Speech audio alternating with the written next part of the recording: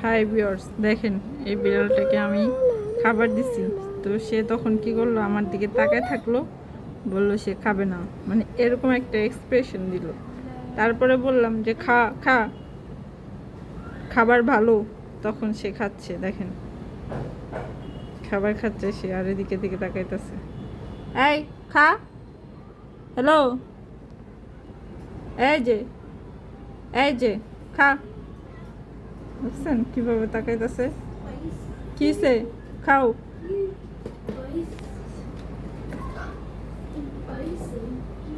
তো আমি আসলে বোবা প্রাণীদের বেশি আর কি করি না, কারণ আমি মায়ায় পড়ে যাই।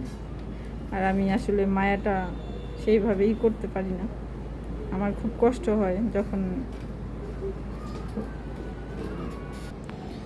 তো সে খাচ্ছে, তাকে আমি কি খেতে দিছি, চাপটি খেতে দিছি। দেখতেছি এখান থেকে গুড় করতেছে, তো আমি দিলাম, সে খাচ্ছে।